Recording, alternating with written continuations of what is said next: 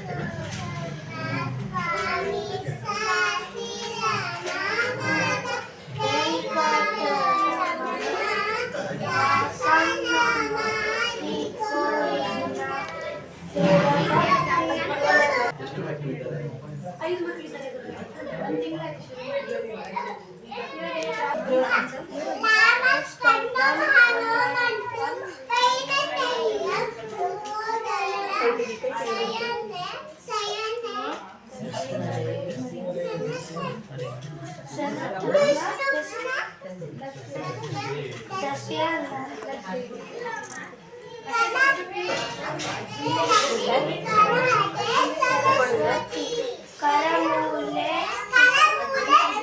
ಗೌರಿ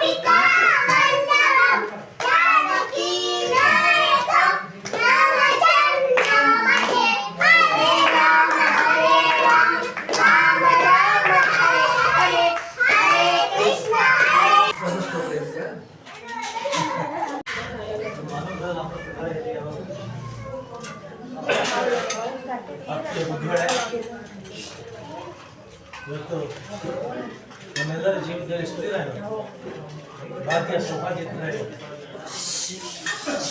ಪರಮ ಪೂಜ್ಯ ಹಲವಾರು ಯತೀಶ್ವರರುಗಳು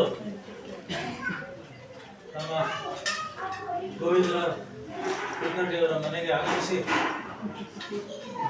ಅವರ ಅಮೃತ ಹಸ್ತದಿಂದ ಪರಮಾತ್ಮನಿಗೆ ಪೂಜೆ ಮಾಡಿ ನಮಗೆಲ್ಲರಿಗೂ ವಿಶೇಷ ಅನುಗ್ರಹವನ್ನು ತಂದಿದ್ದಾರೆ.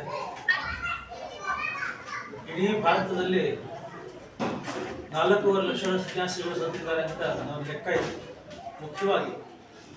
ಮುಖ್ಯವಾಗಿರೋ 4 ಲಕ್ಷ ಸಂಖ್ಯೆ ಇಲ್ಲ. ಅದರಲ್ಲಿ ನಮ್ಮ ಹಲವಾರು ಸ್ವಾಮಿಗಳು ಇಷ್ಟು ಜನರಲ್ಲೂ ಅತ್ಯಂತ ವಿಶಿಷ್ಟ ಹಾಗೂ ಮಹತ್ವದ ಸ್ಥಾನ ಇಟ್ಟಿರುತ್ತದೆ. ಇವರಿಗಿರತಕ್ಕಂಥ ಭಾಗ್ಯ ಇದು ಯಾವ ಸಂತ ಸ್ವಾಮಿಗಳು ಇಲ್ಲ. ಏನಂದ್ರೆ ತುಂಬ ಜನಕ್ಕೆ PhD ಇದೆ, MPhil ಇದೆ, ಡಾಕ್ಟರೇಟ್ ಇದೆ, D.Litt ಇದೆ, ಎಲ್ಲ ಇದೆ. ಗ್ರೇಟೆಸ್ಟ್ ಡಿಗ್ರಿ, ಗ್ರೇಟೆಸ್ಟ್ ಕ್ವಾಲಿಫಿಕೇಶನ್ ಪ್ರಪಂಚದಲ್ಲಿ ಏನು ಅಂದ್ರೆ ವಿದ್ಯಾಮಾನ್ಯ ತೀರ್ಥರ ಸ್ಪರ್ಶ ಆಗಿ ಅವರ ಅನುಗ್ರಹ ಆಗಿ ಅವರ ಕರೆಗಮನ ಸಂಜಾತರಾಗತಕ್ಕಂಥದ್ದು ಇದೆಯಲ್ಲ, ಇದಕ್ಕಿಂತ ದೊಡ್ಡ ಕ್ವಾಲಿಫಿಕೇಶನ್ ಪ್ರಪಂಚದಲ್ಲಿ ಇಲ್ಲ. ಭಾರತ ಕಂಡ ಸಂತ ಶ್ರೇಷ್ಠರು, ರಾಷ್ಟ್ರ ಸಂತ ಸಾಮ್ರಾಟರಾಗಿದ್ದಂಥವ್ರು, ಯತಿ ತತಿ ಪತಿಗಳಾಗಿದ್ದಂಥವ್ರು, ಯತಿ ಕುಲ ಚಕ್ರವರ್ತಿಗಳಾಗಿದ್ದಂಥವ್ರು, ಪ್ರಾಯಶಃ ತತ್ವದಲ್ಲಿ ಸಿದ್ಧಾರ್ಥದಲ್ಲಿ ಬೀರು ಪರ್ವತ ಆಗಿದ್ದಂಥವ್ರು, ಆದರೆ ಮುಗ್ಧತೆಯಲ್ಲಿ ಮಗು ಇದ್ದಾಗಿತ್ತು. ದೇವರನ್ನ ಸಾಕ್ಷಾತ್ಕಾರ ಮಾಡ್ಕೊಂಡಿದ್ದಾರೆ. ಅವ್ರು ಕರೆದ್ರೆ ದೇವರು ಬರ್ತಾ ಇದ್ದ, ಅವ್ರ ದೇವರು ಮಾತಾಡ್ತಾ ಇದ್ದ. ಅಂತ ಮಹಾನುಭಾವರ ಅಮೃತಾನುಗ್ರಹಕ್ಕೆ ಪಾತ್ರರಾಗಿರತಕ್ಕಂಥವ್ರು ನಮ್ಮ ಸ್ವಾಮಿಗಳು. ಇವತ್ತು ಏಪ್ರಿಲ್ 2 ವಿಶೇಷ ಜನವರಿ 2 ಏನು ವಿಶೇಷ ಅಂತಂದ್ರೆ, ಜನವರಿ 2ನೇ ತಾರೀಕು 1ನೇ ತಾರೀಕು ಉಡುಪಿಯಿಂದ ಫೋನ್ ಬರುತ್ತೆ. ಗಿರೀಶ್ ಅಣ್ಣ ಫೋನ್ ಮಾಡ್ತಾರೆ, ಗೋವಿಂದರಾವ್ ಕುಲಕರ್ಣಿ ಉಡುಪಿ ಬರಬೇಕು ಸ್ವಾಮಿ. ಗೋವಿಂದರಾವ್ ಕುಲಕರ್ಣಿ ಉಡುಪಿ ಹೋಗ್ತಾರೆ. ಜನವರಿ 2ನೇ ತಾರೀಕು ಅವರು ಚಿಕ್ಕ ವಯಸ್ಸಿಂದ ವಿದ್ಯಾಮಾನ್ಯರ ಸೇವೆ ಮಾಡ್ಕೊಂಡಿದ್ದಾರೆ. ಉಡುಪಿ ಕೃಷ್ಣನ ಸೇವೆ ಮಾಡ್ಕೊಂಡಿದ್ದರು, ಬಿಜಾಪುರ ಸ್ವಾಮಿಗಳ ಸೇವೆ ಮಾಡ್ಕೊಂಡಿದ್ದರು, ಸ್ವಾಮಿಗಳ ಸೇವೆ ಮಾಡ್ಕೊಂಡಿದ್ದರು. ಜೀವ ಹಾತೊರಿತಾ ಇದ್ದು ಆ ಸನ್ನಿಧಾನಕ್ಕೆ ಸ್ವಾಮಿಗಳ ಫೋನ್ ಆಗ್ತಾನೆ ಬಂದಿದ್ರು. ಉಡುಪಿಯಿಂದ ಗಿರೀಶ್ ಅವ್ರ ಫೋನ್ ಮಾಡಿದ್ರೆ ನೀವು ಹೋಗ್ಬೇಕಂತ ವಿಜಯ ಹೇಳಿದ್ರು. ಗೋವಿಂದ ಹೋದರು. ವಿದ್ಯಾಮಾನ್ಯರು ಕೃಷ್ಣ ಕೈ ಹಿಡ್ಕೊಂಡು ಉಡುಪಿನಲ್ಲೇ ಕರ್ಕೊಂಡು ಕರೆಕ್ಟಾಗಿ ಜನವರಿ 2 ಇವತ್ತು ಜನವರಿ 2 ವಿದ್ಯಾಮಾನ್ಯರು ಸ್ವಾಮಿಗಳಿಗೆ ಕಳಿಸಿದ್ದಾರೆ. ಇವಾಗ ಆ ಮನೆ ಅಂತ ಕಳಿಸಿದ್ದಾರೆ. ಅವ್ರು ಬಂದಿದ್ದಾರೆ ಅಂತಂದರೆ ಸಾಕ್ಷಾತ್ ಕೃಷ್ಣ ಬಂದಿದ್ದಾರೆ, ವಿದ್ಯಾಮಾನ್ಯರು ಬಂದಿದ್ದಾರೆ. ಮಹಾನುಭಾವರು ಪ್ರಾಯಶಃ ನಮ್ಮ ಈ ಒಂದು ತತ್ವ ಸಿದ್ಧಾಂತದ ಜಗತ್ತಿನಲ್ಲಿ ಸರ್ವಶ್ರೇಷ್ಠರಾಗಿರತಕ್ಕಂಥವ್ರು, ಸರ್ವಜ್ಞರಾಗಿರತಕ್ಕಂಥವ್ರು, ಮತ್ತು ಒಂದು ಸಂಪ್ರದಾಯದಲ್ಲಿ ಪರಂಪರೆಯಲ್ಲಿ ಅದ್ವಿತೀಯವಾಗಿರತಕ್ಕಂಥ ಸಾಧನೆ ಮಾಡಿರ್ತಕ್ಕಂಥವ್ರು, ಸರಳರಲ್ಲಿ ಸರಳರಾಗಿರುತ್ತೆ.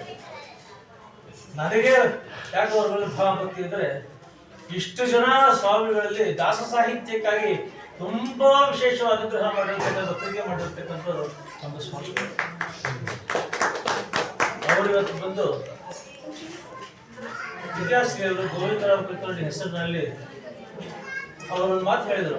ಮಾನ್ವಿಯಲ್ಲಿ ಇದ್ವಿ ನಾವು, ದುಡ್ಡು ಕಂಡಿಲ್ಲ, ಕಾಸು ಕಂಡಿಲ್ಲ, ಏನಿಲ್ಲ, ಆದರೆ ಸಂಸ್ಕಾರ ಸಂಸ್ಕೃತಿ ಯಥೇಚ್ಛವಾಗಿ ನಮ್ಮ ವಿದ್ಯಾಮಾನ್ಯರು ನಮ್ಮ ತಂದೆ ಕೊಟ್ಟರು ಗೋವಿಂದರಾವ್ ಕುಲಕರ್ಣಿಗೆ. ನಾವು ಆ ಋಣವನ್ನ ಸಮಾಜಕ್ಕೆ ತೀರಿಸಬೇಕು.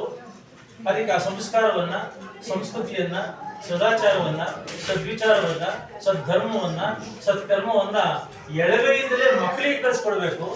ಮಕ್ಕಳಿಂದ ಒಂದು ಹೊಸ ಸಂಸ್ಕೃತಿ ಸಮಾಜ ನಿರ್ಮಾಣ ಮಾಡಬೇಕು ಅಂತ ಹೇಳಿ ಆಕೆಗೆ ಇರತಕ್ಕಂಥ ಕಷ್ಟದಲ್ಲಿ ಅದು ಯಾವುದೂ ಲೆಕ್ಕ ಮಾಡದೆ ಗೋವಿಂದರಾವ್ ಕುಲಕರ್ಣಿ ಅವರ ಸ್ಮರಣೆಗಾಗಿ ಈ ಒಂದು ಬಿಲ್ಡಿಂಗ್ ತಗೊಂಡು ಇಲ್ಲಿ ಈ ಸಂಸ್ಕೃತಿ ಕಲಿಕಾ ಕೇಂದ್ರ ಅಂತ ಮಾಡಿ, ಸಂಸ್ಕೃತಿ ಕಲಿಕಾ ಕೇಂದ್ರ, ಸಂಸ್ಕೃತಿ ಸಂಸ್ಕಾರವನ್ನು ಸಮೃದ್ಧವಾಗಿ ಕೊಡತಕ್ಕಂಥ ಕೇಂದ್ರ. ಇದರಲ್ಲಿ ಸ್ತುತಿ, ಸ್ತೋತ್ರ, ಸ್ತವನ, ದೇವರನಾಮ, ಸಂಸ್ಕೃತ, ನಮ್ಮ ಸಂಪ್ರದಾಯ, ಪರಂಪರೆ ಎಲ್ಲ ವಿಚಾರದ ರೀತಿ ನೀತಿಗಳನ್ನು ಮಕ್ಕಳು ಹೇಳ್ಕೊಡ್ತಕ್ಕಂಥ ಒಂದು ಕಲಿಕಾ ಕೇಂದ್ರ ಮಾಡಿದ್ದಾರೆ. ಅವ್ರಿಗೆ ಒಂದು ವಿಶೇಷ ಅನುಗ್ರಹ ಆಗಬೇಕು. ಬಂದಿದ್ದೀರಾ ಅಂತಂದರೆ ಇದು ಅಮೃತ ಲೋಕದ ಭಾಗ ತೆಗೆದಿದೆ, ದಾನ ಲೋಕದ ಭಾಗ ತೆಗೆದಿದೆ ಅಂತ ನನಗೆ ಬಾಯಿ ಬರ್ತಾ ಇಲ್ಲ. ಯಾಕೆ ವಿದ್ಯಾಮಾನ್ಯರ ನೆನೆದು ತುಂಬ ಒಂದು ಕನಸು ತುಂಬ ಬಂದಿತ್ತು. ವಿದ್ಯಾಮಾನ್ಯರ ಗುರುಗಳ ಆರಾಧನೆ, ಅವ್ರ ಗುರುಗಳ ಆರಾಧನೆ ಇದನ್ನ ಪಂಡ್ರಾಪುರ ಇದರಲ್ಲಿ ಘಟಿಕಾಚಲದಲ್ಲಿ ಇದ್ವಿ. ಹಿಂದಿನ ದಿನ ರಾತ್ರಿ ಯಾರೂ ಇಲ್ಲ, ಅವತ್ತು ಬಂದಿರಲಿಲ್ಲ. ಕೂತ್ಕೊಂಡ್ವಿ, ಮನೆಯವರು ಎಷ್ಟು ಹೇಳಿದ್ರು ಮಹಿಮೆಗಳು ಅಂತಂದ್ರೆ ಅದು ವಿದ್ಯಾಮಾನ್ಯ ಮಹಿಮೆ ಅಂತಾನೆ ಹೇಳಬೇಕು. 3-4 ಗಂಟೆಗಳ ಕಾಲ ಹೇಳಿದ್ದಾರೆ. ಹೇಳಿದ್ ನೋಡ್ತು ಅಂದ್ರೆ ನಾವು ಮತ್ತೊಮ್ಮೆ ದ್ವಾಪರದಲ್ಲಿ ಅಗಸ್ತ್ಯರನ್ನ ಋಷಿಗಳ ವಸಿಷ್ಠರು ಅಗಸ್ತ್ಯರು ಕೇಳ್ತಾ ಇದ್ವಿ. ಆ ವಸಿಷ್ಠರ ಅಗಸ್ತ್ಯರ ಇದೊಂದು ರೂಪನೇ ನಮ್ಮ ವಿದ್ಯಾಮಾನ್ಯರು ಅಂತ ನೆನೆಸ್ಬಿಟ್ಟು ಅತ್ತ ಮಹಿಮಾ ಪುರುಷರು ಅವರ ಸ್ಥಾನದಲ್ಲಿ ತಾವು ಬಂದು ಅನುಗ್ರಹ ಮಾಡಿದರೆ ಇವತ್ತು ನಿಮ್ಮಿಂದ ಈ ಕುಟುಂಬ ಉದ್ಧಾರ ಆಗಬೇಕು.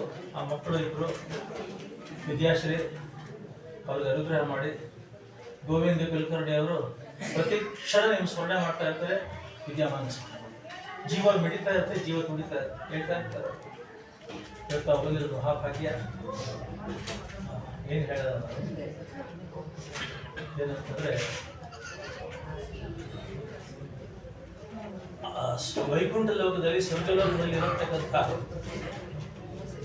ಅಮೃತ ಸದೃಶವಾಗಿರತಕ್ಕಂಥ ಯಾವುದಾದ್ರೂ ಒಂದು ಪದಾರ್ಥ, ಒಂದು ವಸ್ತುವಿಂದ ನೀವು ಕಂಡಾಗ, ನಿಮ್ಮ ಹತ್ರ ಬಂದಾಗ ಏನು ಭಾಗ್ಯದೋ, ಎಷ್ಟು ಪವಿತ್ರ ಆಗ್ತಿರೋ ಅಷ್ಟು ಭಾಗ್ಯ, ಅಷ್ಟು ಪವಿತ್ರ ಆಗ್ತೀರಾ. ಇವತ್ತು ಗುರುಗಳ ಭಗವಾನುಗ್ರಹವನ್ನು ಪ್ರಾರ್ಥನೆ ಮಾಡಿ ನಾನು ಗುರುಗಳ ಮಾತು ಕೇಳೋದಕ್ಕೆ ಅವರ ಅನುಗ್ರಹಕ್ಕೆ ಕಾಯ್ತಾ ಇದ್ದೀನಿ.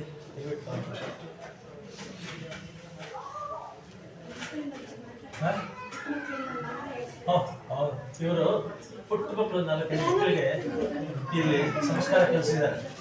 ಅವರಿಗೆ ವ್ಯಾಸಾಯ ಕಮಲಾಶಾಯ ಶ್ರೀಶಾಯ ಕಮಲಾಶಿ ವಿದ್ಯಾಯ ಶಬ್ದ ವಿದ್ಯಾಯ ಉದ್ಭಾಯ ಚ ನಮೋ ನಮಃ. ಬ್ರಹ್ಮಚರ್ಯ ಹರಿಪ್ರೀತಿ ಸುವಿದ್ಯಾ ವಾದಶಾಲಿನಃ ಇಷ್ಟದಾಂ ಕಷ್ಟಹೃದಯನಃ ವಿದ್ಯಾಮಾನ್ಯ ಮುನೀಂದ್ರಃ ಶ್ರೀ ಗುರುಭ್ಯೋ ನಮಃ.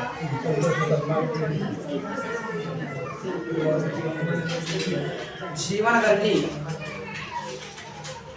ಭಗವಂತನ ಅನುಗ್ರಹ ಆಗಬೇಕು, ಭಗವಂತನ ರಕ್ಷೆ ಇರಬೇಕು ಅಂತ ಹೇಳಿದಾಗ ಮುಖ್ಯವಾಗಿ ತನಗೆ ವಿಹಿತವಾದಂತಹ ಕರ್ಮದಲ್ಲಿ ತಾನು ಇರಬೇಕು. ತನ್ನ ಸಂಸ್ಕೃತಿಯನ್ನು ಉಳಿಸಿಕೊಂಡು ಒಳ್ಳೆ ಸಂಸ್ಕಾರವನ್ನು ಗಳಿಸಿಕೊಂಡು ತನಗೆ ಏನು ಕಾರ್ಯ ಉಂಟೋ ಅದನ್ನು ಮಾಡಬೇಕು. ಬ್ರಾಹ್ಮಣರಲ್ಲಿ ಪುರುಷರಿಗೆ ಅಂತ ಜಪ, ಪೂಜೆ, ಪಾರಾಯಣ ಇತ್ಯಾದಿಗಳನ್ನೇ ಹೇಳ್ತಾ ಹೋಗ್ತಾರೆ. ಅದನ್ನು ಅವನು ತನ್ನ ವಿಹಿತ ರೀತಿಯಲ್ಲಿ ತಾನು ಮಾಡ್ತಾ ಇರಬೇಕು. ಹಾಗೆ ಸ್ತ್ರೀಯರಿಗೂ ಹಾಗೇನೆ ಶೋಭಾನೆ, ಹರಿಕಥಾಮೃತಸಾರ, ಭಜನೆಗಳು, ಹರಿನಾಮ ಹೀಗೆ ಬೇರೆ ಬೇರೆ ಅದರಲ್ಲಿ ಹೇಳ್ತಾ ಹೋಗ್ತಾರೆ. ಆ ಕಾರ್ಯವನ್ನು ಮಾಡ್ತಾ ಇದ್ರೆ ನಮಗೆ ಏನು ಫಲ ಹೇಳಿದ್ರೆ ಮುಖ್ಯವಾಗಿ ಭಗವಂತನ ಅನುಗ್ರಹ, ಭಗವಂತನ ರಕ್ಷಣೆ ನಮಗೆ ಆಗಲಿಕ್ಕೆ ಸಾಧ್ಯ. ಅದು ತನಗೆ ವಿಹಿತವಾದಂತಹ ಕರ್ಮದಲ್ಲಿ ತಾನು ಇದ್ದರೆ ಅದು ಸಾಧ್ಯ ಹೇಳಿದರೆ ಸಾಧ್ಯ ಅಂತ ಭಗವಂತನ ತೋರಿಸಿಕೊಡ್ತಾನೆ. ರಾಮಾಯಣದಲ್ಲಿ ದಶರಥ ತಾನು ವಿಶೇಷವಾಗಿ ತನ್ನ ಪುತ್ರನಾದಂತಹ ರಾಮದೇವರಿಗೆ ವಯಸ್ಸಾಗಿದೆ, ಜಾತಕ ಹೊರಗೆ ಹಾಕಬೇಕು, ಮದುವೆ ಮಾಡಬೇಕೆಂಬಂತಹ ತೀರ್ಮಾನಕ್ಕೆ ಬಂದು ಇನ್ನೇನು ತಾನು ಅದರ ಕಾರ್ಯಪ್ರವೃತ್ತಿ ಮಾಡಬೇಕು. ಆವಾಗ ವಿಶ್ವಾಮಿತ್ರರ ಆಗಮನ ಆಗ್ತದೆ. ಅವರು ಬಂದು ಹೇಳ್ತಾರೆ, ನನ್ನ ಯಜ್ಞದ ರಕ್ಷಣೆ ಆಗಬೇಕು, ಅದಕ್ಕೆ ದಶರಥ ನಿನ್ನ ಮಗನನ್ನು ಕಳಿಸುವುದು ಹೇಳಿದಾಗ ದಶರಥ ತೊಳ್ಕೊಂಡು ಹಿಂದೆ ಮುಂದೆ ನೋಡ್ತಾನೆ. ತನ್ನ ಮಗ 16ನೇ ವರ್ಷದ ಪ್ರಾಯ, ಇಂಥ ಪ್ರಾಯದಲ್ಲಿ ಅವನ್ನ ಕಳಿಸುವುದು ಅಂತ ಹೇಳಿದ್ರೆ ತುಂಬ ಮುಜುಗರ, ತುಂಬ ಒಳಗಿಂದ ಅವನಿಗೆ ಭಯವಾಗ್ತದೆ. ಚಿಕ್ಕ ವಯಸ್ಸು, ಅವನೇನು ಮಾಡಲಿಕ್ಕೆ ಸಾಧ್ಯ ಎಂಬುದಾಗಿ ಒಂದು ರೀತಿಯಲ್ಲಿ ಪುತ್ರ ವ್ಯಾಮೋಹನೆಂದಾಗಿ ದಶರಥ ಹೇಳ್ತಾನೆ. ವಿಶ್ವಾಮಿತ್ರ ಹೇಳ್ತಾರೆ, ದಶರಥ ಕಳಿಸಲೇಬೇಕು ಹೇಳಿದಾಗ ನಾನು ಬರ್ತೀನಿ ಎಂದು ದಶರಥ ಹೇಳ್ತಾನೆ.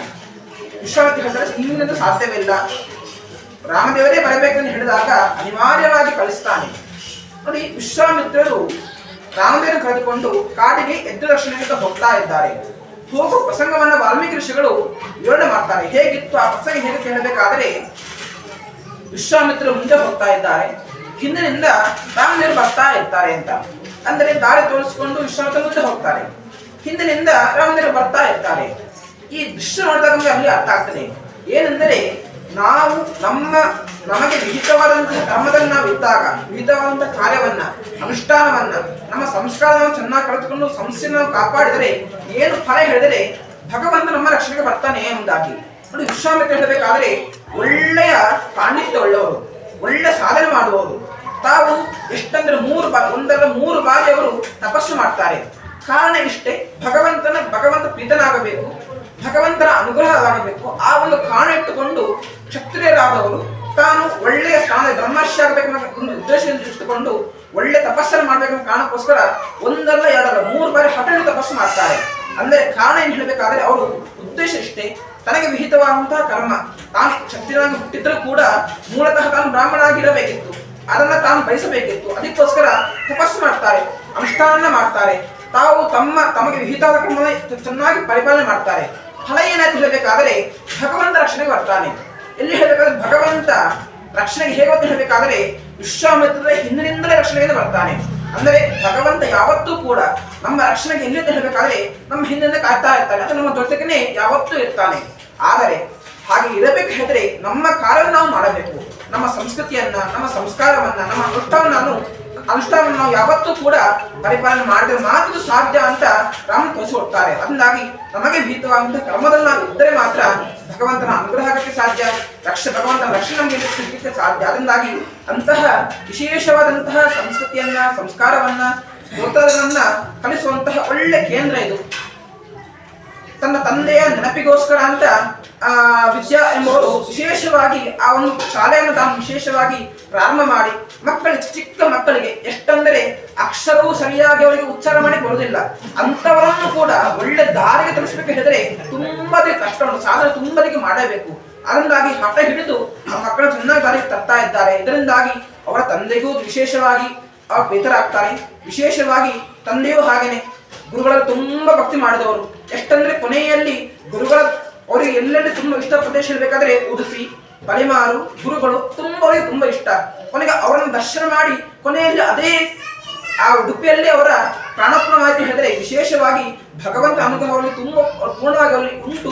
ಗುರುಗಳ ಅನುಗ್ರಹವನ್ನು ನಾವಿಲ್ಲಿ ಚಿಂತನೆ ಮಾಡಬಹುದು. ಹೀಗೆ ಆ ತಂದೆಯ ವಿಶೇಷವಾಗಿ ಆ ವಿಚಾರದಲ್ಲಿ ಪ್ರೀತರಾಗ್ತಾರೆ. ಗುರುಗಳು ಹಾಗೇನೆ ದೇವರು ತನ್ನ ವಿಷಯದಲ್ಲಿ ಪ್ರೀತರಾಗಿ ಒಳ್ಳೆಯ ಸಾಧನೆಯನ್ನು ಮಾಡ್ತಿದ್ದಾರೆ. ಅದನ್ನ ಚೆನ್ನಾಗಿ ಮಾಡಿಸಿ ಈ ಸಮಯ ಹೇಳ್ತಾ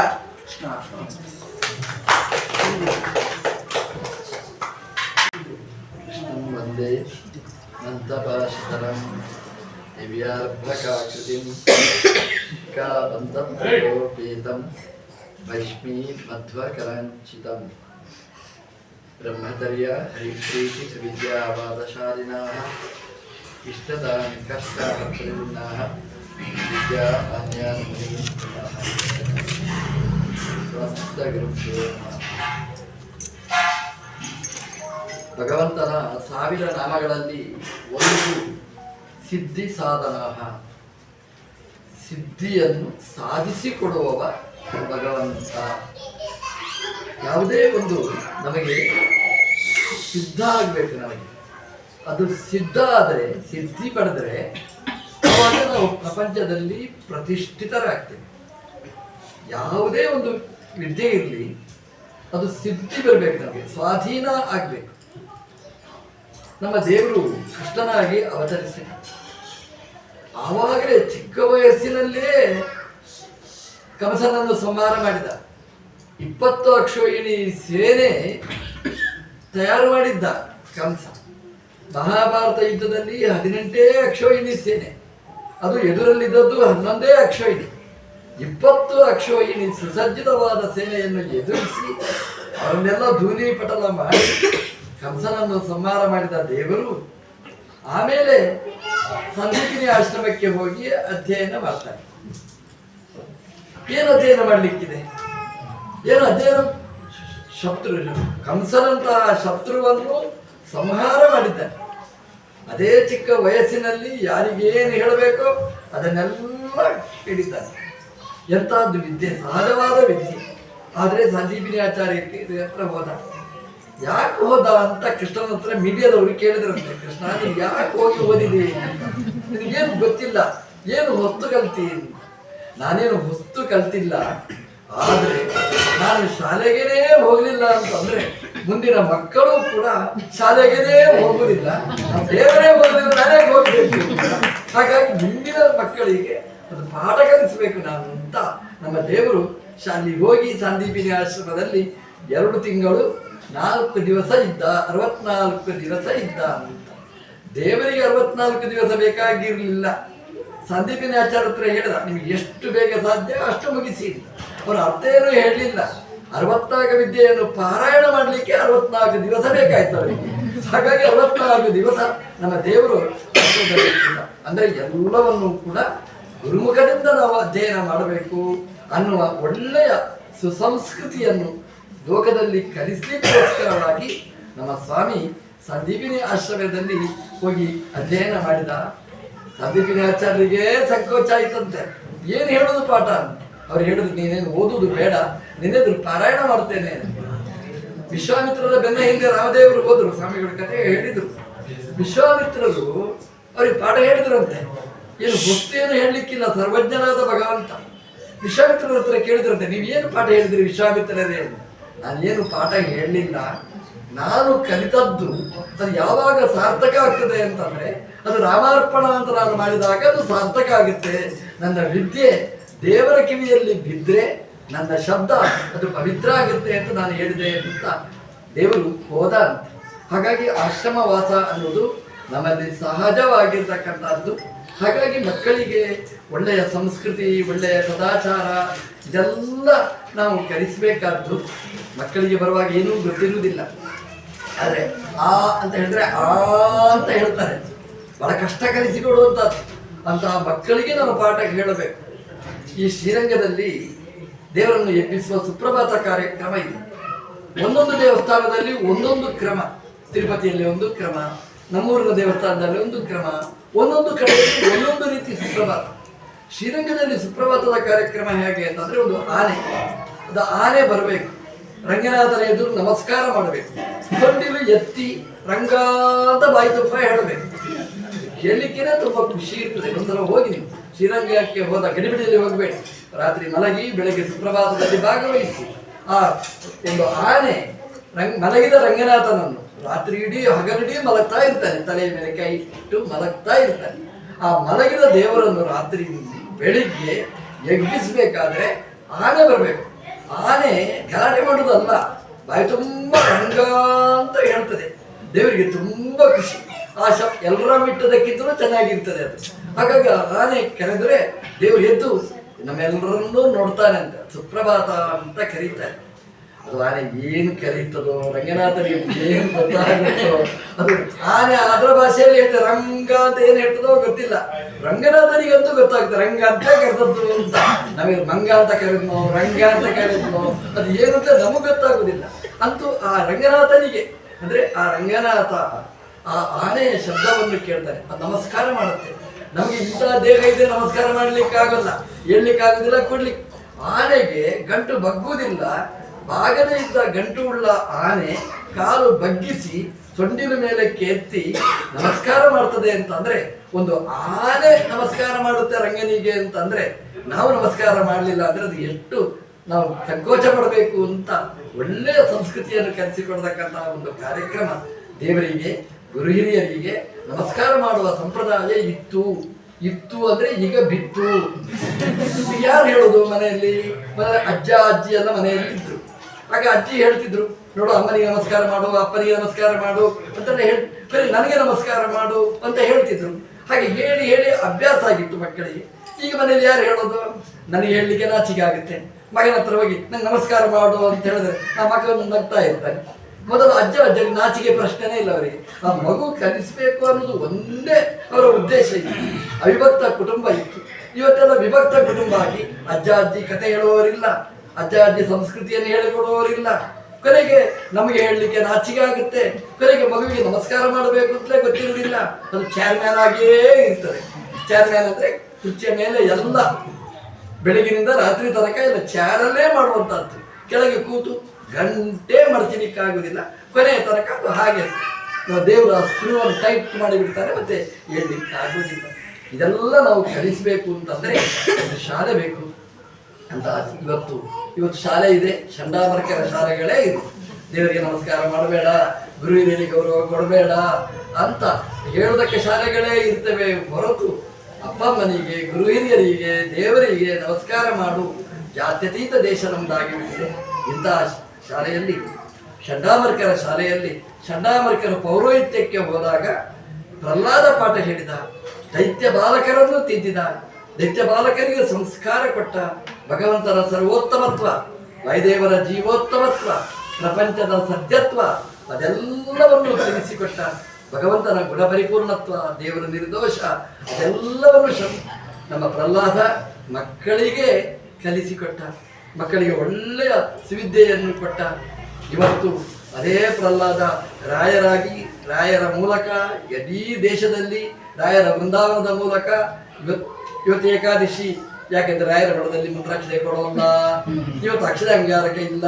ಆ ಮಕ್ಕಳಿಗೆ ಏಕಾದಶಿ ಅಥವಾ ಒಳ್ಳೆಯ ಸಂಸ್ಕಾರಗಳು ಸಿಗ್ತದೆ. ರಾಯರು ಪ್ರಹ್ಲಾದರ ಮತ್ತೊಂದು ರೂಪ. ಅದೇ ರೀತಿಯಾಗಿ ಚಂಡಾಮರ್ಕರ ಸ್ಕೂಲ್ ಹೋಗಿ ಪ್ರಹ್ಲಾದನ ಸ್ಕೂಲ್ ಆಗಬೇಕು, ರಾಯರ ಸ್ಕೂಲ್ ಆಗಬೇಕು. ಆವಾಗ ಮಕ್ಕಳಿಗೆ ಒಳ್ಳೆಯ ಸಂಸ್ಕಾರ ಸಂಸ್ಕೃತಿಗಳು ಬೆಳೆಯುತ್ತವೆ. ನಮ್ಮ ವಿದ್ಯಾಶ್ರೀ ಕುಲಕರ್ಣಿಯರ ಮೂಲಕ ಆ ಭಗವಂತ ಒಳ್ಳೆಯ ನಮಗೆ ಸಂಪತ್ತನ್ನು ಕೊಟ್ಟಿದ್ದಾನೆ. ಒಳ್ಳೆಯ ಶಾಲೆ ಮಾಡುವ ಒಂದು ಒಳ್ಳೆಯ ಸಂಕಲ್ಪ ಮಾಡಿದ್ದಾರೆ. ಈ ಶಾಲೆಯಲ್ಲಿ ಅದು ಚಂಡಾಮರ್ಕರ ಶಾಲೆ ಅಲ್ಲ, ಅದು ಪ್ರಹ್ಲಾದನ ಶಾಲೆಯಾಗಿ ಅದು ಒಳ್ಳೆಯ ರೀತಿಯಲ್ಲಿ ಸಮಾಜಕ್ಕೆ ಒಳ್ಳೆಯ ಸಂಸ್ಕೃತಿ. ಆ ಮಕ್ಕಳು ಹೇಳ್ತಿದ್ರು ಸ್ತೋತ್ರ. ಆ ಸ್ತೋತ್ರ ಹೇಳುವಾಗ ಒಂದು ಆನೆ ರಂಗ ಅಂತ ಹೇಳಿದ್ರೆ ಹೇಗೆ, ಅದಕ್ಕಿಂತ ಚೆನ್ನಾಗಿ ಆ ಮಕ್ಕಳು ಆ ದೇವರ ಬಗ್ಗೆ ಹೇಳುವಾಗ ಅದು ಎಷ್ಟು ಕಿವಿಯ ಅರಳಿಸಿ ನಾವು ಕೇಳ್ತೇವೆ. ನಾವು ನಾನೇ ಅದನ್ನು ಎಂತ ಸ್ವಾಮಿಗೆ ಮಾತಾಡ್ಲಿಕ್ಕೆ ಬರುವುದಿಲ್ಲ ಅಂತ ಬೈತೀವಿ. ಆ ಮಕ್ಕಳು ಅದೇ ಹೇಳಿದ್ರೆ ಅಬ್ಬಾ ಮಕ್ಕಳು ಎಷ್ಟು ಚೆನ್ನಾಗಿ ಹೇಳ್ತಾರೆ. ಆ ಮಕ್ಕಳಿಗೆ ಶಾಲೆಯಲ್ಲಿ ಕೃಷ್ಣಾಯ, ವಸುದೇವಾಯ, ಹರಯೇ, ಪರಮಾತ್ಮನೇ ಆ ಶಬ್ದನೇ ಬರುವುದಿಲ್ಲ. ಎಲರ್ಜಿ ಚಂಡಾಮರ್ಕರ ಶಾಲೆ ಅದು. ವಿದ್ಯಾಶ್ರೀ ಕುಲಕರ್ಣಿಯವರು ಈ ಶಾಲೆ ಪ್ರಾರಂಭ ಮಾಡಿದ್ರಿಂದ 5 ಮಕ್ಕಳ ಮೂಲಕ ಇಂತಹ ಒಳ್ಳೆಯ ಸುಸಂಸ್ಕೃತಿ ಸುಸಂಸ್ಕಾರ ಒಳ್ಳೆಯ ಬೆಳೀಲಿಕ್ಕೆ ಕಾರಣ ಆಯಿತು. 5 ವಿದ್ಯಾರ್ಥಿಗಳಿದ್ದಾರೆ. ಸಂಸ್ಕೃತದಲ್ಲಿ 5 ಅಂದ್ರೆ ಪಂಚ ಅಂತ ಅರ್ಥ. ನಾನು ದೇವರ ಹತ್ರ ಪ್ರಾರ್ಥನೆ ಮಾಡ್ತೇನೆ, ಈ ಪಂಚ ಇದು ಪ್ರಪಂಚ ಆಗಲಿ, ಇದರ ಮೇಲೆ ಚೆನ್ನಾಗಿ ಆಗಲಿ. ಆವಾಗ ಗೋವಿಂದ ಅವರಿಗೂ ಇಷ್ಟ ಆಗುತ್ತೆ, ಅವರೂ ತೃಪ್ತಿ ಪಡ್ತಾರೆ. ಇವತ್ತು ಎಲ್ಲಿದ್ದಾರೆ ಗೋವಿಂದ ಅಂತಂದ್ರೆ ವಿದ್ಯಾಶ್ರೀಯ ಮನೆಯಲ್ಲಿ ಇಲ್ಲಿ ಇದ್ದಾರೆ. ಈಗ ಅವರು ಇಲ್ಲಿ ಪಾಠ ಶಾಲೆ ಆಗಿದೆ ಅಂತಂದ್ರೆ ತುಂಬಾ ಇಷ್ಟ ಅವರಿಗೆ. ಗೋವಿಂದ ಇದ್ದಾನೆ ಅಂತಂದ್ರೆ ಅಲ್ಲಿ ಬೇಡಾರು ಸ್ವಾಮಿಗಳಿದ್ದಾರೆ, ಅಲ್ಲಿ ವಿದ್ಯಾಮಾನ್ಯ ತೀರ್ಥರು ಅಲ್ಲಿ ಇರ್ತಾರೆ. ಹಾಗಾಗಿ ಎಲ್ಲರ ಅಲ್ಲಿ ಇರ್ತದೆ. ಈ ಮನೆ ಒಂದು ಒಳ್ಳೆಯ ಪಾಠಶಾಲೆಯಾಗಿ, ದೊಡ್ಡ ಶಾಲೆಯಾಗಿ, ದೊಡ್ಡ ಯೂನಿವರ್ಸಿಟಿ ಈ ತನಕ ಬೆಳೆಯುವ ಸಂಸ್ಥೆ ಆಗಲಿ ಅಂತ ದೇವರಲ್ಲಿ ವಿಶೇಷವಾಗಿ ದೇವರು ಒಳ್ಳೆದು ಮಾಡಲಿ, ಎಲ್ಲ ಒಳ್ಳೆದು ಮಾಡಲಿ, ಎಲ್ರಿಗೂ ದೇವರು ಒಳ್ಳೆದು ಮಾಡಲಿ. ಜನ ವರಿಯಲ್ಲ, ವರಿ ಬೇಡ ನಮಗೆ. ನಮಗೆ ಧನುರ್ಮಾಸ ಬೇಕು. ನಮಗೆ ಧನುರ್ಮಾಸ ಅಂತಂದ್ರೆ ಬಿಲ್ಲು ಬಾಣ ಹಿಡ್ಕೊಂಡು ಸುಸಜ್ಜಿತರಾಗಬೇಕು. ನಮಗೆ ಸೇನೆಯಾಗಿ ಬರಬೇಕು. ನಮಗೆ ಯಾವುದಕ್ಕೆ ಅಂತಂದ್ರೆ ಈ ದುಷ್ಟ ಸಂಸ್ಕೃತಿಗಳು, ನಮ್ಮ ಧರ್ಮ, ಅದನ್ನು ಗೋವುಗಳು, ಇದಕ್ಕೆಲ್ಲ ಏನು ಅನ್ಯಾಯ ಆಗುತ್ತೆ ಅದನ್ನು ಪ್ರತಿಭಟಿಸುವ ದೊಡ್ಡ ಸೇನೆಯಾಗಿ ಬರಲಿ ಅಂತ ದೇವರಲ್ಲಿ ಪ್ರಾರ್ಥನೆ ಮಾಡಿ, ಮನೆ ಮನೆಗಳಲ್ಲಿ ಸಂಸ್ಕಾರ ಸಂಸ್ಕೃತಿಗಳು ಅದು ಬೆಳೆಯಲಿ ಅಂತ ದೇವರಲ್ಲಿ ವಿಶೇಷವಾಗಿ ಪ್ರಾರ್ಥನೆ ಮಾಡಿ, ಇಡೀ ಕುಟುಂಬಕ್ಕೆ ದೇವರು ಒಳ್ಳೆದು ಮಾಡಲಿ ಅಂತ ಹೇಳ್ತಾ, ನಮ್ಮ ಅರುಳಮಲ್ಲಿಗೆ ಕುಟುಂಬ ದಂಪತಿಗಳು ಇಲ್ಲಿ ಸೇರಿದ್ದಾರೆ. ವಿಷ್ಣು ಸಹಸ್ರನಾಮದ ದೊಡ್ಡ ಕ್ರಾಂತಿಯೇ ಮಾಡಿದ್ದಾರೆ. ಎಲ್ಲಿ ಹೋದ್ರೂ ವಿಷ್ಣು ಸಹಸ್ರನಾಮ 11 ಬಾರಿ, ಮತ್ತೆ 11 ಬಾರಿ, ಮತ್ತೊಂದು 11 ಬಾರಿ. ಬಹಳ ಅಪೂರ್ವವಾದಂತಹ ಮೊನ್ನೆ ಹುಬ್ಬಳ್ಳಿಗೆ ಹೋಗಿದ್ದೆ. ಅಲ್ಲಿ ದಯಾನಂದ್ರ ಗ್ಲೋಬಲ್ ವಿಶ್ವಾಸನಾಮ ಕಾರ್ಯಕ್ರಮ ಮನೆ ಮನೆಗಳಲ್ಲಿ ಅದು ಒಳ್ಳೆಯ ಜಾಗೃತಿ, ದೇಶದ ಪ್ರಪಂಚದಲ್ಲಿ ಅದು ಒಳ್ಳೆಯ ಜಾಗೃತಿ ಮಾಡ್ತಾರೆ. ಅವರ ಮಾರ್ಗದರ್ಶನ ಇದೆ ಈ ಸಂಸ್ಥೆಗೆ. ಹಾಗಾಗಿ ಈ ಸಂಸ್ಥೆ ಗಟ್ಟಿಯಾಗಿ ಬೆಳೆಯಲಿ ಅಂತ ದೇವರಲ್ಲಿ, ರಾಮದೇವರಲ್ಲಿ, ಪ್ರಾಣದೇವರಲ್ಲಿ ವಿಶೇಷವಾಗಿ ಪ್ರಾರ್ಥಿಸ್ತಾ ಇದ್ದಾರೆ. ಎಲ್ಲರಿಗೂ ದೇವರು